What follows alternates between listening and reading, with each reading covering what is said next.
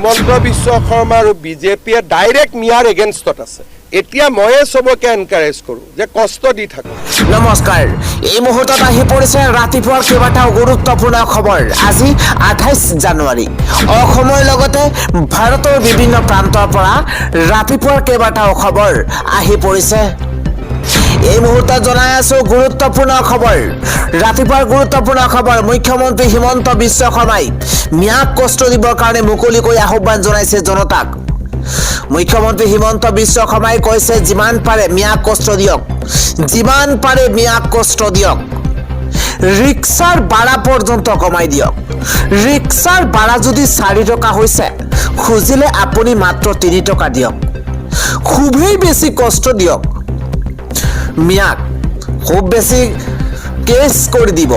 আৰু কি কৰিব মিয়াক লৈ চাঞ্চল্যকৰ মন্তব্য মুখ্যমন্ত্ৰী হিমন্ত বিশ্ব শৰ্মাৰ।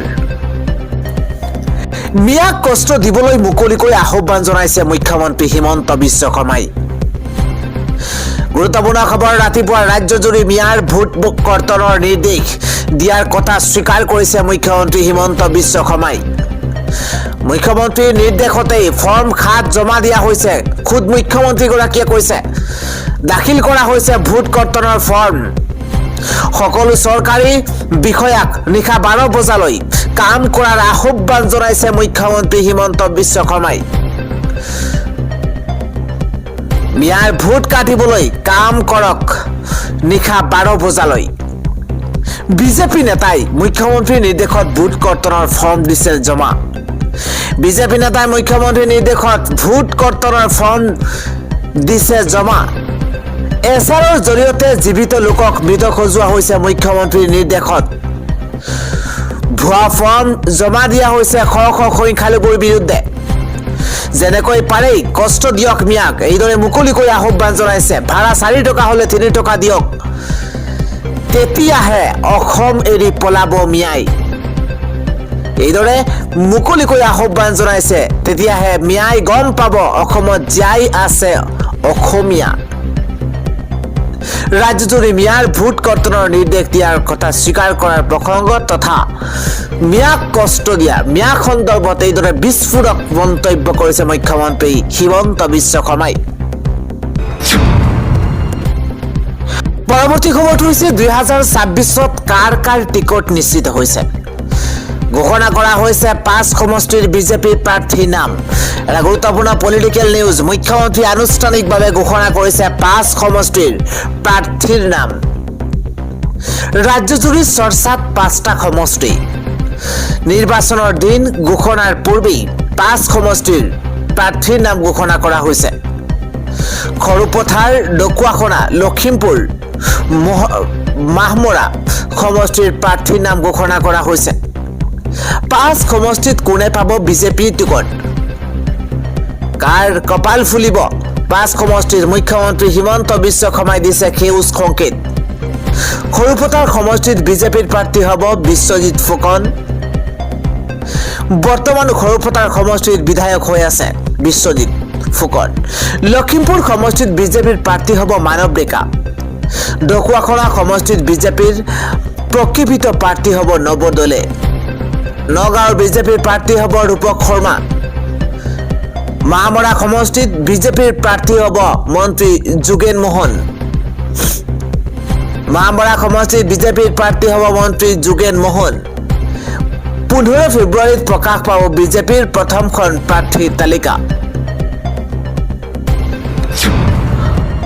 পৰৱৰ্তী খবৰটো হৈছে নাগৰিকৰ গণতান্ত্ৰিক অধিকাৰ চুৰিৰ বাবে বিজেপি চৰকাৰ উঠি পৰি লাগিছে। হিমন্ত বিশ্ব শৰ্মাই অসমত অকলে সাম্প্ৰদায়িক পৰিৱেশ সৃষ্টি কৰিব পৰা নাই। সাম্প্ৰদায়িক পৰিৱেশ সৃষ্টি কৰিও মুখ্যমন্ত্ৰী জয়ী হ'ম বুলি আত্মবিশ্বাস নাই আৰু সেইবাবেই আজমলক লগাইছে এতিয়া ভোট চুৰি কৰিবলৈ লাগি গৈছে। মুখ্যমন্ত্ৰী হিমন্ত বিশ্ব শৰ্মা বদৌদিন আজমলক লৈ খৰব হৈ পৰিছে লুৰিণজ্যোতি গগৈ। বোলে হিমন্ত বিশ্ব শৰ্মাৰ শ্ৰুতলিপি মতে কথা কৈ থাকে। এইদৰে মন্তব্য কৰিছে লুৰিণজ্যোতি গগৈয়ে। বদৰুদ্দিন আজমলে হিমন্ত বিশ্ব শৰ্মাৰ শ্ৰুতলিপি মতে কথা কৈ থাকে। হিমন্ত বিশ্ব শৰ্মাই অসমত অকলে সাম্প্ৰদায়িক পৰিৱেশ সৃষ্টি কৰিব পৰা নাই। সাম্প্ৰদায়িক পৰিৱেশ সৃষ্টি কৰা মুখ্যমন্ত্ৰী জয়ী হ'ম বুলি আত্মবিশ্বাস নাই, যাৰ বাবেই এতিয়া আজমলক লগাইছে ভোট চুৰি কৰিবলৈ লাগি গৈছে। মুখ্যমন্ত্ৰী হিমন্ত বিশ্ব শৰ্মা বদৰুদ্দিন আজমলক লৈ সৰব হৈ পৰিছে অজাপৰ নেতা লুৰিণজ্যোতি গগৈ। ৰাতিপুৱাৰ পৰৱৰ্তী খবৰ, অহা 8 ফেব্ৰুৱাৰীত ৰাজহুৱা হ'ব গৌৰৱ গগৈৰ পাকিস্তান লিংকৰ ৰিপৰ্ট। 10:30 বজাৰ লগে লগেই হ'ব সংবাদ মেল। এটা গুৰুত্বপূৰ্ণ খবৰ মন্তব্য কৰিছে মুখ্যমন্ত্ৰী হিমন্ত বিশ্ব শৰ্মাই। অহা 8 ফেব্ৰুৱাৰীত ৰাজহুৱা হ'ব গৌৰৱ গগৈৰ পাকিস্তান লিংক ৰিপৰ্ট। SITৰ ৰিপৰ্ট নিজেই ৰাজহুৱা কৰিব মুখ্যমন্ত্ৰীয়ে। 8 ফেব্ৰুৱাৰীৰ 10:30 বজাত সম্বোধন কৰিব সংবাদ মেল। গুৰুত্বপূৰ্ণ খবৰ, এই মুহূৰ্তত SITৰ ৰিপৰ্ট দেখি আচৰিত হৈছে কেবিনেট মন্ত্ৰীসকল। সংবাদ মেললৈ আমন্ত্ৰণ দেশৰ সকলো ৰাষ্ট্ৰীয় সংবাদ মাধ্যমক। আলী তৌকি শ্বেখ, গৌৰৱ গগৈ আৰু এলিজাবেথৰ তথ্য হ'ব ৰাজহুৱা। মন্তব্য কৰিছে মুখ্যমন্ত্ৰীগৰাকীয়ে। প্ৰাক্তন মুখ্যমন্ত্ৰী তৰুণ গগৈৰ ল'ৰা ইমান তললৈ কেনেকৈ যাব পাৰে? এইদৰে মন্তব্য মুখ্যমন্ত্ৰী হিমন্ত বিশ্ব শৰ্মাৰ। SITৰ ৰিপৰ্ট চাই মূৰে কপালে হাত দিছে কেবিনেট মন্ত্ৰীয়ে। 8 ফেব্ৰুৱাৰীত ৰাজহুৱা হ'ব গৌৰৱ গগৈৰ পাকিস্তান লিংকৰ ৰিপৰ্ট। পৰৱৰ্তী খবৰটো হৈছে মুখ্যমন্ত্ৰী হিমন্ত বিশ্ব শৰ্মাই কয় যে গৌৰৱ গগৈৰ পাকিস্তান সংযোগৰ বিষয়টোৱে কংগ্ৰেছত প্ৰভাৱ পেলাবও পাৰে, নেপেলাবও পাৰে। ৰাহুল গান্ধী কেনেকুৱা মানুহ জানেই, যদি বিজেপিৰ হলহেঁতেন আমাক বহিষ্কাৰ কৰিলেহেঁতেন। ৰাহুল গান্ধী নিজেই ক'ৰ নাগৰিক কোনেও নাজানে। গৌৰৱ গগৈৰ দুটা ল'ৰাই বিদেশী। সংবাদ মেলত এই মন্তব্য কৰিছে ৰাজ্যৰ মুখ্যমন্ত্ৰী হিমন্ত বিশ্ব শৰ্মাই। আন এটা খবৰ হৈছে, মই ভয় নকৰোঁ, লাগে মোক নিলম্বন কৰক। বিজেপি মন্ত্ৰীৰ সন্মুখতে মহিলা আৰক্ষী বিষয়াৰ প্ৰতিবাদ। এটা গুৰুত্বপূৰ্ণ খবৰ, এগৰাকী বিজেপিৰ মন্ত্ৰীৰ বিৰুদ্ধে এগৰাকী মহিলা আৰক্ষীয়ে প্ৰতিবাদ সাব্যস্ত কৰিছে। চিঞৰি চিঞৰি মন্ত্ৰীক ভয় নকৰোঁ বুলি হুংকাৰ দিছে। নিলম্বন কৰিলেও কৰক, মই ভয় নকৰোঁ বুলি এইদৰে প্ৰতিবাদ সাব্যস্ত কৰিছে। গণৰাজ্য দিৱসৰ ভাষণত মন্ত্ৰীয়ে আম্বেদকাৰৰ কথা উল্লেখ নকৰাৰ অভিযোগ উত্থাপন হৈছে। ভাষণৰ পাছতেই মন্ত্ৰীৰ সন্মুখতে মহিলা আৰক্ষী বিষয়াৰ প্ৰতিবাদ। মাধৱী যাদৱ নামৰ আৰক্ষী বিষয়াই উজাৰিছে ক্ষোভ। বিজেপি মন্ত্ৰী গিৰীশ মহাজনৰ ভাষণৰ মাজতে দেখুৱাইছে সাহসিকতা। আম্বেদকাৰক কিয় অপমান কৰিব? মন্ত্ৰীক জবাবদিহি কৰাৰ চেষ্টা চলাইছে। আম্বেদকাৰৰ বাবেই মোৰ দৰে মানুহে চৰকাৰী চাকৰি পাইছে। মোৰ পদ সাংবিধানিক দায়িত্ব, মই ভয় নকৰোঁ। মহাৰাষ্ট্ৰৰ গণৰাজ্য দিৱসত সংঘটিত হৈছে এই ঘটনা। পৰৱৰ্তী খবৰটো হৈছে, ভোটাৰ তালিকাৰ পৰা মিয়াৰ নাম কৰ্তনৰ বিৰুদ্ধে সৰ্বোচ্চ ন্যায়ালয়ত যুঁজ দিব বদৰুদ্দিন আজমলে। এই মুহূৰ্তত দিনটোৰ গুৰুত্বপূৰ্ণ খবৰ, মুখ্যমন্ত্ৰীৰ মিয়া বিৰোধী নীতিৰ বিৰুদ্ধে সৰ্বোচ্চ ন্যায়ালয়ত যাব আজমল। মুখ্যমন্ত্ৰী হিমন্ত বিশ্ব শৰ্মাক অপেন চেলেঞ্জ বদৰুদ্দিন আজমলৰ। মুখ্যমন্ত্ৰী হিমন্ত বিশ্ব শৰ্মাক অপেন চেলেঞ্জ, সৰ্বোচ্চ ন্যায়ালয়ত অসমৰ মিয়াৰ হৈ যুঁজ দিব আজমলে। ভোটাৰ তালিকাৰ পৰা মিয়াৰ নাম কাটিব নোৱাৰিব মুখ্যমন্ত্ৰীয়ে। মিয়াক বাংলাদেশলৈ যাব কোৱা মুখ্যমন্ত্ৰীক হুংকাৰ দিছে আজমলে। মিয়া মুছলমানক প্ৰতাৰণা কৰি আহিছে মুখ্যমন্ত্ৰী হিমন্ত বিশ্ব শৰ্মাই। মিয়াক যিমান কষ্ট দিব লাগে দি থাকক মুখ্যমন্ত্ৰীয়ে। মিয়া মুছলমানে মুখ্যমন্ত্ৰীৰ হেদায়তৰ বাবে দোৱা কৰিব এই মন্তব্য আজমলৰ মিয়া মুছলমানে মুখ্যমন্ত্ৰী হেদায়তৰ বাবে দোৱা কৰিব 100 বছৰৰো অধিক কাল সময়ত ক্ষমা কৰিব 100 বছৰৰো অধিক কাল অসমত বাস কৰি আহিছে মিয়া যদি বাংলাদেশ যাব লাগে মুখ্যমন্ত্ৰী থাইলেণ্ডলৈ যাওক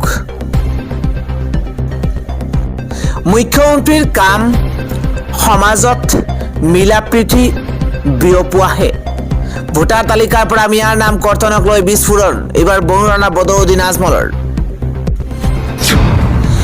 পৰৱৰ্তী খবৰটো হৈছে কলিয়াবৰত এইবাৰ ভয়ংকৰ বাছ দুৰ্ঘটনা পতিত হৈছে 34 গৰাকীকৈ যাত্ৰী এই মুহূৰ্তৰ ডাঙৰ খবৰ ৰাজ্যত ভয়ংকৰ বাছ দুৰ্ঘটনা সংঘটিত হৈছে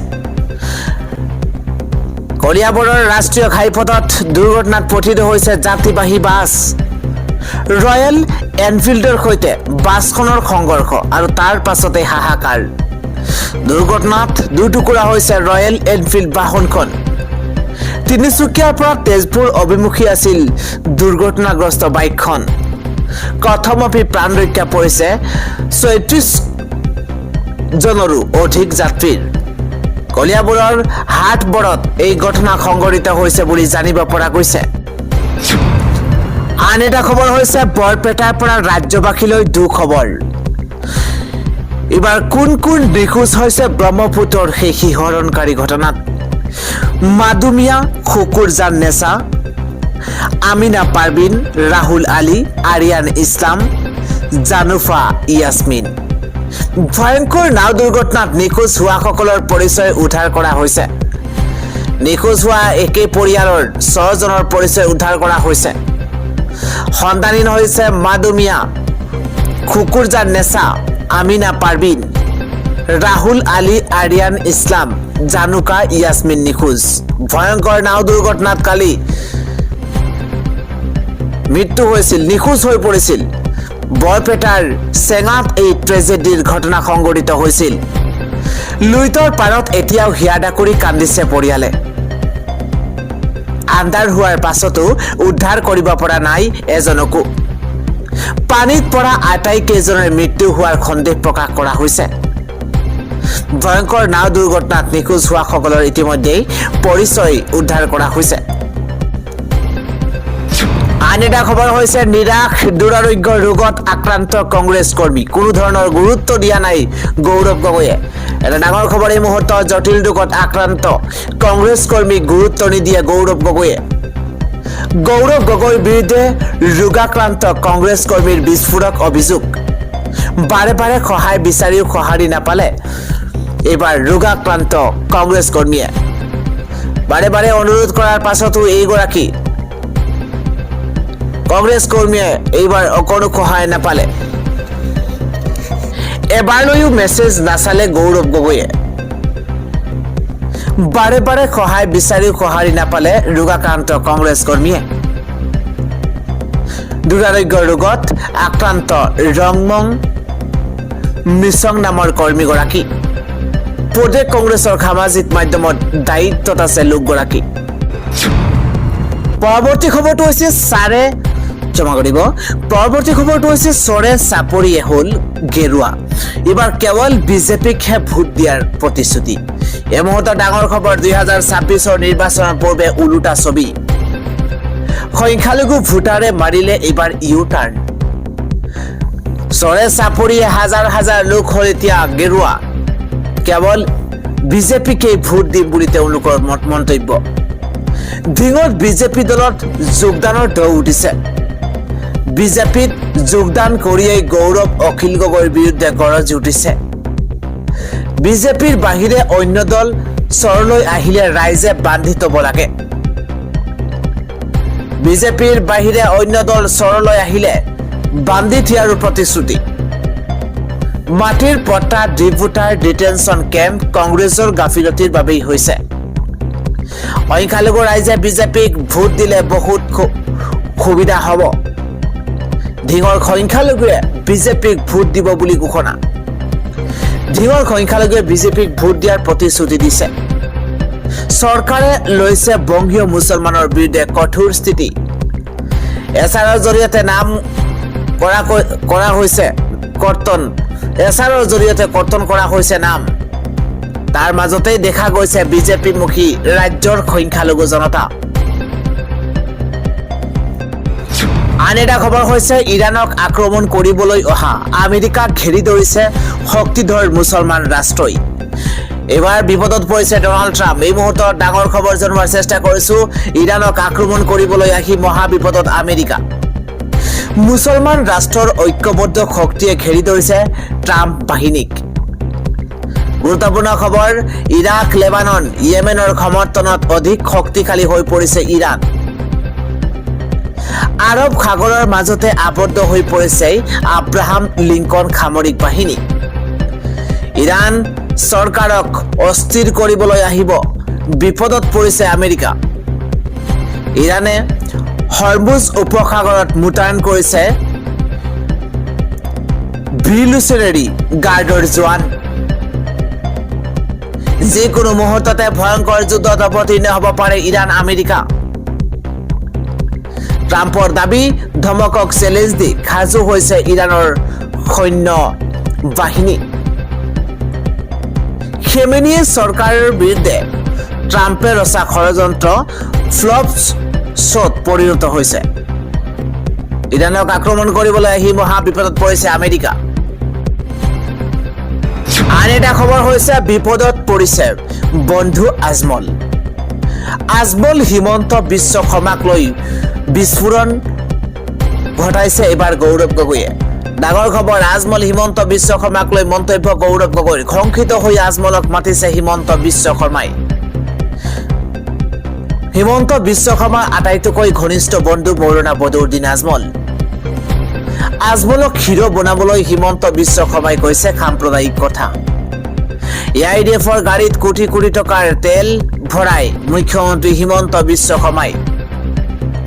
অসমৰ ইতিহাসৰ আটাইতকৈ ভয়াতুৰ ৰাজনৈতিক ব্যক্তি হৈছে হিমন্ত বিশ্ব শৰ্মা। অসমৰ ইতিহাসৰ আটাইতকৈ ভয়াতুৰ ৰাজনৈতিক ব্যক্তি হিমন্ত বিশ্ব শৰ্মা। মন্তব্য গৌৰৱ গগৈৰ। আছু বিপদত পৰাৰ সময়ত তেওঁ কংগ্ৰেছলৈ জাপ মাৰিছিল। কংগ্ৰেছৰ বিপদৰ সময়ত তেওঁ জাপ মাৰিছিল বিজেপিলৈ। আৰু বিজেপি চৰকাৰ নাথাকিলে কি কৰিব হিমন্ত বিশ্ব শৰ্মাই? চৰকাৰ নাথাকিলেও বিজেপিত থাকিম বুলি স্পষ্টভাৱে কওক মুখ্যমন্ত্ৰীয়ে। চৰকাৰ নাথাকিলেও বিজেপিত থাকিম বুলি স্পষ্টভাৱে কওক মুখ্যমন্ত্ৰীয়ে। হিমন্ত বিশ্ব শৰ্মাৰ চেলেঞ্জ এবাৰ সাংসদ গৌৰৱ গগৈৰ।